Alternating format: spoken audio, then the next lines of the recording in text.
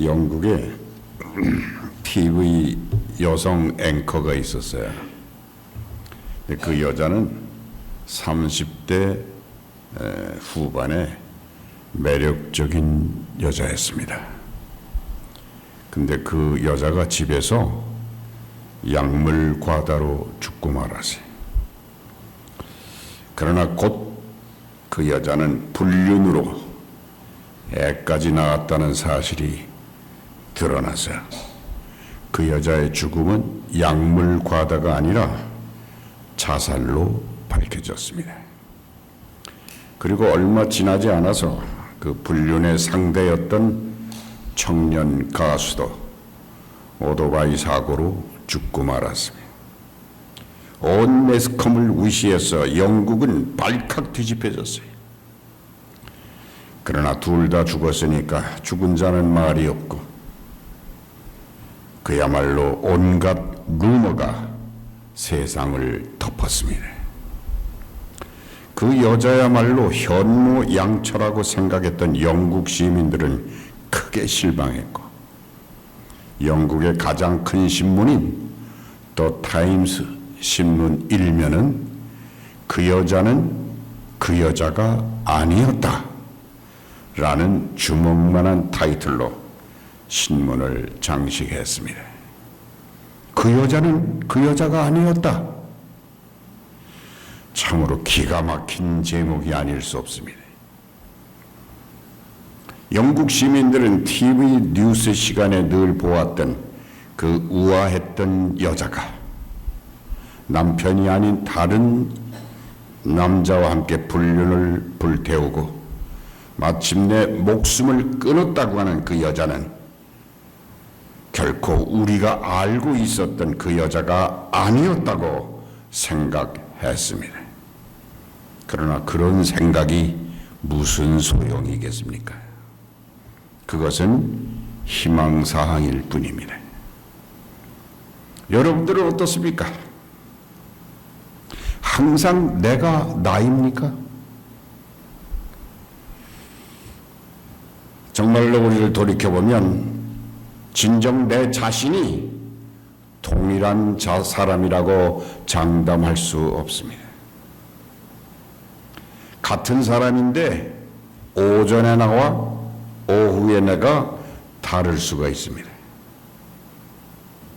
그러나 오전 오후뿐이라면 그나마 다행이에요. 시시각각 다를 수도 있어요. 그런 관점에서 성경은 오늘 두 가지 종류의 사람을 우리에게 소개하고 있습니다. 하나는 시험에 이긴 사람, 또 하나는 시험에 넘어진 사람입니다. 그게 두 사람이 아니라 한 사람이 그렇다는 것입니다. 시험은 누구에게나 오고 있습니다. 시험 없는 사람은 한 사람도 없습니다. 다윗은 어땠습니까? 베드로는 또 어땠습니까? 바울은 또 어떤 사람이었습니까? 그들은 제자였고 사도였으나 시험이 없는 무풍지대를 살아갔던 사람은 결탄코 아니었습니다. 그들은 온갖 시험을 이겨냈다고 하는 특징이 있습니다. 비록 넘어졌지만 다시 일어섰습니다. 그것이 다른 사람하고 다른 점이었습니다. 인간은 원래 좋은 환경에서 더 약해지는 특징이 있습니다. 희한한 일입니다. 아담과 하와는 어떠했습니까? 그들은 가장 아름다운 낙원에서 실패했습니다. 지상 낙원의 대명사였던 에덴에서 하나님과 함께 살면서 그들은 실패했습니다. 어이가 없는 일이죠. 그러나 비웃을 일은 아닙니다. 우리가 다 그런 성정의 인간들이기 때문입니다. 창조주 하나님이 보호하시는 그 울타리 안에서 인간들은 실패한다는 것입니다. 그런 의미에서 사람이 시험에 걸려 넘어지는 것은 어떤 상황이나 형편 때문이 아닙니다. 가난한 사람도 가난을 핑계할 수가 없습니다. 부자라고 해서 그 부유가 변명거리가 될 수는 없다는 것입니다. 이스라엘의 초대왕 사울도 시험에 넘어졌습니다. 그것도 무당에게 넘어졌다고 말합니다. 하나님이 세우신 왕이라고 하는 인간이 자신의 앞날을 점치기 위해서 엔돌에 사는 무당을 찾아갔다고 사무엘상 28장에서 증언하고 있지 않습니까? 끝없는 인간들의 배신과 실패입니다. 그러니까 가난한 사람만 넘어지는 게 아니라 왕이나 귀족도 부자도 넘어진다는 사실입니다. 그러나 똑같은 시험거리에도 누구는 넘어지고 누구는 넘어지지 않습니다. 누구의 시험은 작아서 넘어지지 않고 누구의 시험은 커서 넘어지는 것은 아닙니다. 예수를 잘 믿는다는 사람들이 차고도 넘치는 교회 안에서도 얼마나 많은 시험이 춤을 추는지 모릅니다. 별것도 아닌 일이 시험거리가 되고 넘어지는 일이 얼마나 많습니까? 오래전에 내가 잘 아는 어느 교회 집사님은 교회에서 어떤 여자를, 처녀인지 뭐 아주 젊은 여자인데 그 젊은 여자를 한 30초쯤 쳐다봤대. 그랬더니 그 여자가 그 일을 장로님한테 고자질해가지고 교회가 온통 난리가 나고 그 집사님은 그 교회를 졸업했습니다. 요즘 교회가 이렇습니다. 도통 관용도 없고 참을성도 없습니다. 이제는 여자를 오래 쳐다보는 것도 주의할 일이에요. 한 1, 2초, 예뻐도 한 1, 2초만 쳐다보시고 시선을 거두시기 바랍니다. 그러나 작은 시험거리라고 무시하지 마세요. 연탄가스는 작은 틈으로 돌아. 튼튼하고 커다란 댐도 작은 틈 때문에 무너진다는 것을 명심하시기 바랍니다. 지나가다가 나를 넘어지게 하는 작은 돌을 보고 분노할 것이 아니라 그런 돌에 걸려 추락한 나 자신을 돌아봐야 해. 그리고 그 허약한 나 자신을 새로 세우고 빠른 속도로 복원해야 합니다. 무조건 나를 눌러야 합니다. 참아야 합니다. 교회에 와서 보라는 주님은 보지 않고 내 기분, 내 주장, 내 고집 때문에 오늘도 은혜와 상관없는 시간을 보내고 있다면 머지않아 시험에 빠져 허우적거리는 나 자신을 미리 돌아보고 베드로처럼 밖에 나가서 자신을 성찰하는 회개가 있어지기를 축원합니다. 유비무환이란 말이 있어요. 환난에 미리 대비하고 준비하면 그 환난을 피할 수 있다고 하는 원리입니다. 나는 믿음이 있다, 어떤 시험에도 자신이 있다, 장담할 수 없습니다. 다른 사람이 별것도 아닌 시험에 떨어져서 방황하는 그 모습을 보고 혀를 차고 걱정하지만은 머지않아서 그와 똑같은 시험이 내게 불어닥친다는 것입니다. 그래서 이것을 여러분들은 기억하세요. 오래전, 요새는 안 그런데 오래전 한국에서 제가 학교 다닐 때 가끔 여기다가 표를 붙였던 기억이 있어. 그렇죠? 그 중에 대표적인 것이 불조심. 그러면서 외치는 구호가 무엇입니까? 꺼진 불도 다시 보자. 진리입니다. 그렇습니다. 내 믿음을 다시 봐야 돼. 작은 불에도 홀라당 타버릴 믿음인지 어떤 불길에도 견딜 만한 그런 신앙의 탑인지 점검하고 돌아보고 다시 세우기를 소망합니다. 그러면서 오늘 우리는 예수님의 신실한 제자였던 베드로의 경우를 타산지석으로 삼아서 시험은 어떤 길로 오는가, 그 오는 길을 잘 살펴서 예방할 대책을 찾아보자는 것입니다. 첫째로 자기 도취. 오늘 봉독한 본문 말씀 26장 33절입니다. 다 주를 버릴지라도 나는 언제든지 버리지 않겠나이다. 얼마나 자신감이 넘치는 목소리입니까? 오늘날 여러분들이 외쳤던 목소리하고 비슷하지 않아요? 마가복음 14장 31절에서도 베드로는 말했습니다. 내가 주와 함께 죽을지언정 주를 부인하지 않겠나이다.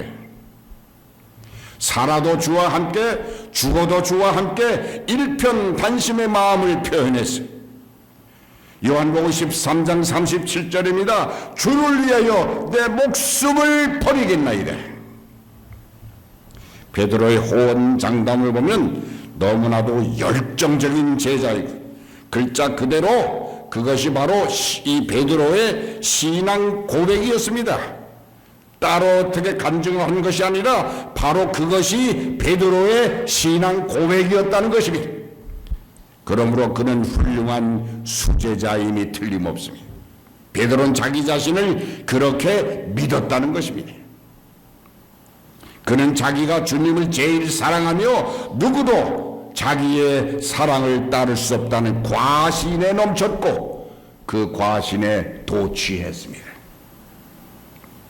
그리고 그 모든 장담은 신앙 고백의 표본이 되었어요. 그러나 그 모든 고백은 실천이 따를 때 진정한 고백이 되는 것을 아시기 바랍니다. 말로는 고백을 증명하지 못합니다. 드디어 하나님께서 그를 테스트하기를 시작하셨습니다. 목회자의 금기가 있습니다. 목회자들이 가장 하지 말아야 할 것 중에 하나가 있어요. 그건 뭐냐면 교인을 칭찬하지 말라는 것입니다. 제 목회 경험에서도 그게 뼈저리는 교훈이었어요. 칭찬하면 안 돼. 교인이 열심을 내면 목사는 너무 좋아합니다. 그러나 그 순간 그 칭찬을 제일 싫어하는 존재가 있으니 바로 사탄입니다. 사탄은 하나님이 기뻐하시는 사람을 싫어합니다. 교회가 만족하면 사탄은 질투합니다. 목사가 칭찬하면 사탄은 시기합니다. 이 말을 뒤집어 보면 성도가 충성하고 헌신할 때 그때 그 성도를 향한 사탄의 지루한 공세가 시작된다는 말과 같습니다. 다른 사람보다 교회 잘 나오고 집회에 열심히 참석했던 사람이 교통사고 같은 우환이 일어났다든지 누가 던진 섭섭한 말 한마디에 추풍낙엽이 돼서 나가 떨어지는 모습을 우리는 봅니다. 그렇게 입에 혀처럼 충성했던 사람이 선착순으로 추락하는 것도 그 친밀함을 눈뜨고 보지 못하는 사탄의 공격에 무릎을 꿇기 때문에. 그래서 목사는 교인을 자주 만나는 것도 전화하는 것도 마음을 주기도 겁이 나는 거예요. 충성스러운 일꾼을 항상 곁에 두고 보기를 원하지만은 보기에는 강해 보여도 의외로 허약한 교인인 것을 알 수 있기 때문입니다. 능히 이길 수 있는 시험인데도 넘어지고 방황하는 불쌍한 모습을 자주 목격하는 것입니다. 그러므로 교인들은 교회를 위해서 열심히 일을 하면서 스스로 정신을 차려야 돼. 아, 나에게도 이제 곧 시험이 오겠구나. 준비해야 돼. 베드로는 준비하지 않았습니다. 자기 자신을 지나치게 믿었습니다. 이 지상에서 제일 못 믿을 것은 저 사람이나 이 사람이 아니라 바로 자기 자신. 베드로는 엄청난 장담으로 예수님의 마음을 기쁘게 해드렸지만은 얼마 못 가서 그보다 몇 배의 실망을 주님께 안겨드렸습니다. 자신의 장담이 입술에서 채 마르기도 전에 실패했습니다. 자기를 과신하는 신앙을 경계하시기 바랍니다. 실천 없는 신앙은 며칠 가지 못한다는 원리를 기억하시기 바랍니다. 물론 말도 중요합니다. 그러나 반드시 실천을 염두에 두고 입을 열어야 합니다. 여러분들은 혹시 미국의 유명한 배우 클린트 이스트우드를 아시는지 모르겠어요. 그거 모르는 사람은 영화를 한 편도 안 본 사람이에요. 그 클린트 이스트우드가 나오는 영화에 보면 꼭 총잡이가 하나 등장해. 자기가 현상 수배된 사람이라고, 그런 범인이라고 자랑합니다. 그 사람은. 그리고 폼이란 폼은 다 잡고 내가 언제 몇 놈을 쏴 죽였다느니 또는 내 솜씨를 당할 자가 없다느니 허풍을 떱니다. 그러면 한쪽 구석에서 클린트 이스트우드는 아무 말도 하지 않아. 그리고 시가만 질겅질겅 씹다가 총을 착 뽑아가지고 한 방에 그 놈을 날려버려. 그리고는 말을 타고 요요히 사라집니다. 얼마나 멋진지 몰라요. 말이 필요 없습니다. 베드로의 장담을 따르지 말기를 바랍니다. 두 번째는 베드로의 혈기를 배우지 말아야 돼. 시험은 항상 혈기를 따라서 오는 성질을 가지고 있어요. 마태복음 26장 51절에 보면 겟세마네 동산에서 예수님을 잡으러 온 사람들을 보고 베드로는 칼을 뽑아서 그 사람들 중에 한 사람의 목을 쳤습니다. 다행히 칼이 빗나가지고 그 사람의 목은 떨어지지 않았지만 귀 한쪽이 떨어졌어요. 주님이 즉시 그 귀를 다시 붙여주었기 망정이지 그 공연히 엉뚱한 사건에 휘말릴 뻔했어요. 그런데 이 사건을 통해서 우리는 한 가지 중요한 사실 하나를 발견합니다. 그것은 베드로가 자신의 품에 칼을 품고 다녔다는 사실입니다. 그렇죠? 칼을 품고 다녔으니까 그때 칼을 뽑았지. 주님이 말씀하셨습니다. 칼을 쓰는 자는 칼로 망하리라. 만일에 대비해서 가지고 있었다는 변명은 할 수 있지만 칼을 품고 다니는 사람은 언젠가 그 칼을 사용하게 되어 있습니다. 성경에서 말하는 칼은 무엇입니까?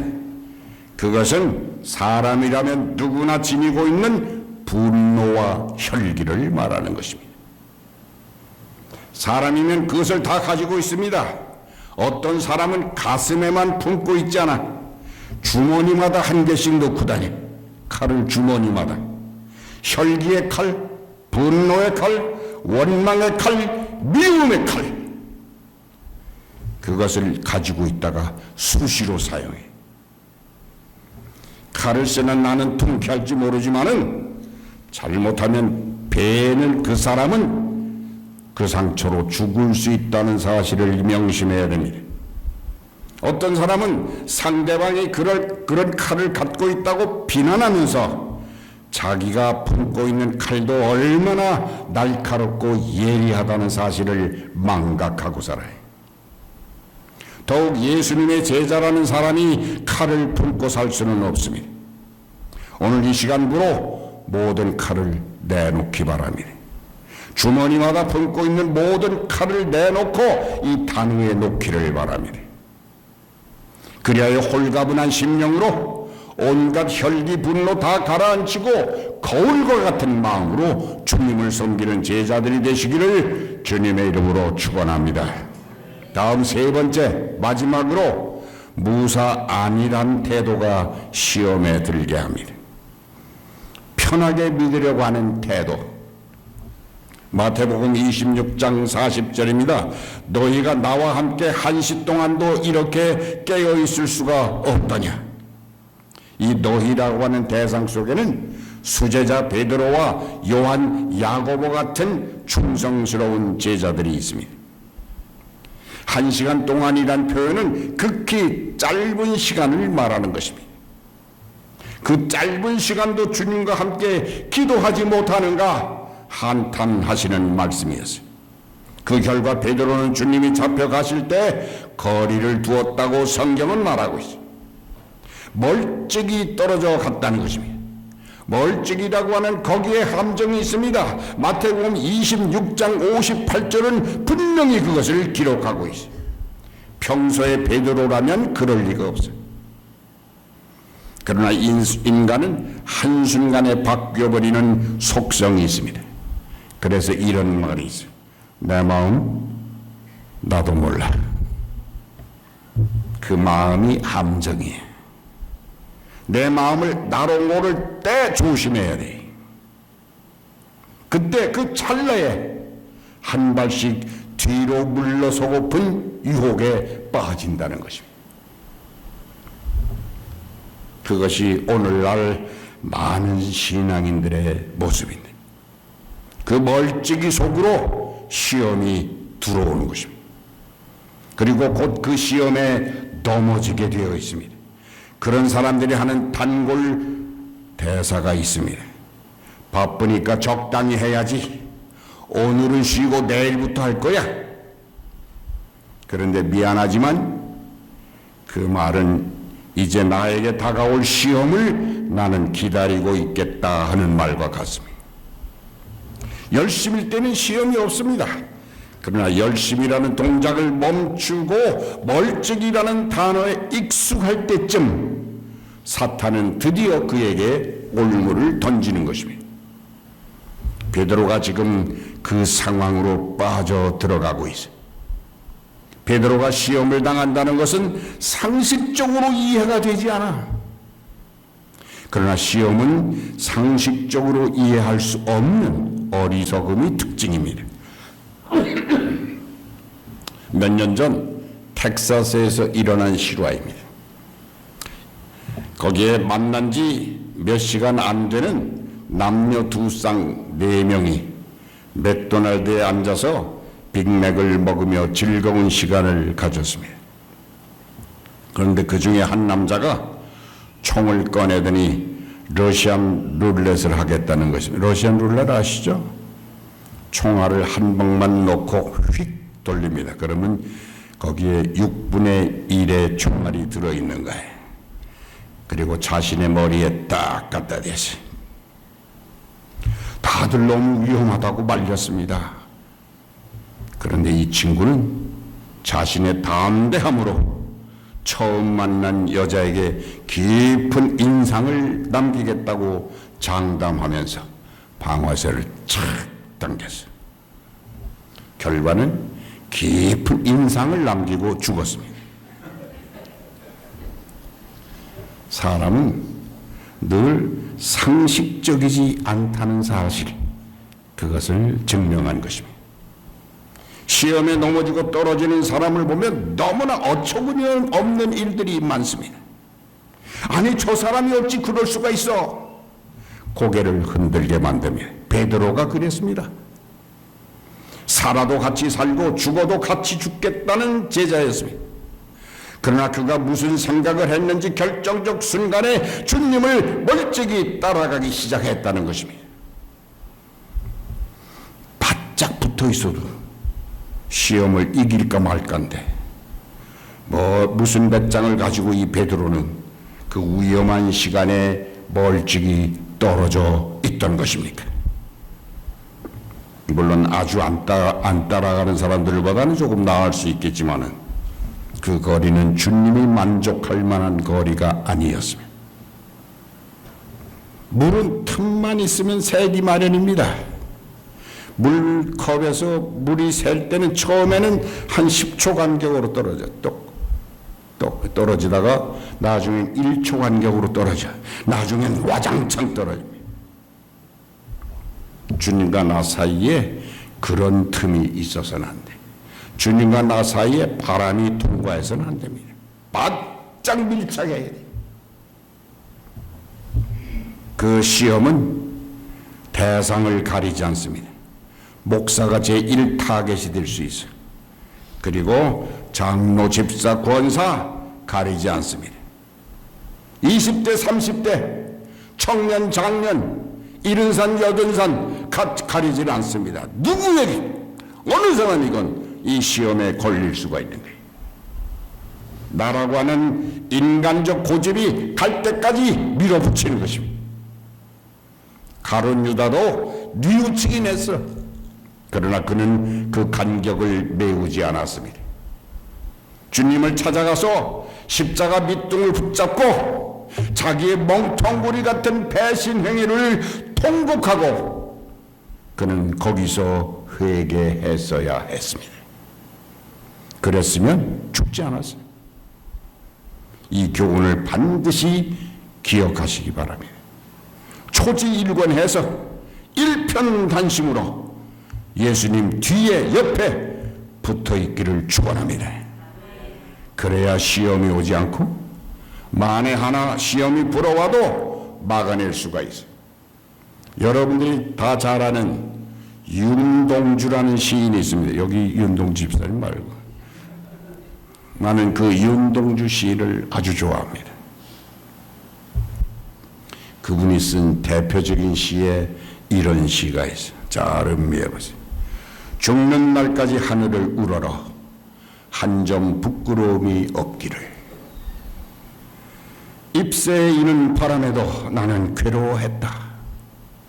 별을 노래하는 마음으로 모든 죽어가는 것을 사랑해야지. 그리고 나한테 주어진 길을 걸어가겠다. 오늘 밤에도 별이 바람에 스치운다. 아주 단순한 시지만 우리들에게 많은 느낌을 주는 시. 하늘을 향해 한 점 부끄러움 없이 주어진 길을 끝까지 가겠다고 하는 그 마음은 바로 우리들 신앙인의 마음일 수 있습니다. 이런 동요를 혹시 기억하십니까? 이슬비 내리는 이른 아침에 우산 셋이 나란히 걸어갑니다. 하얀 우산, 빨간 우산, 찢어진 우산. 좁다란 학교 길에 우산 셋이가 이 말을 마주대며 걸어갑니다. 비가 와서 질퍽거리는 길, 셋이 걷기에는 좁은 길, 그러나 친구들은 즐겁게 웃으며 걸어가는 그 모습이 눈에 선하지 않습니까? 그렇습니다. 오늘 우리 교회는 지금이 바로 이 말을 마주대고 일할 수 있는 기회인 것을 믿으시기 바랍니다. 나만을 위하는 이기주의적인 이 시대의 병폐를 일소하면서 비록 연약한 교회일지라도 어렵고 힘들어도 주어진 사명을 온전히 감당해서 주님의 몸된 교회를 튼튼하고도 높게 세우는 성도들이 되시기를 그리스도의 이름으로 축원합니다.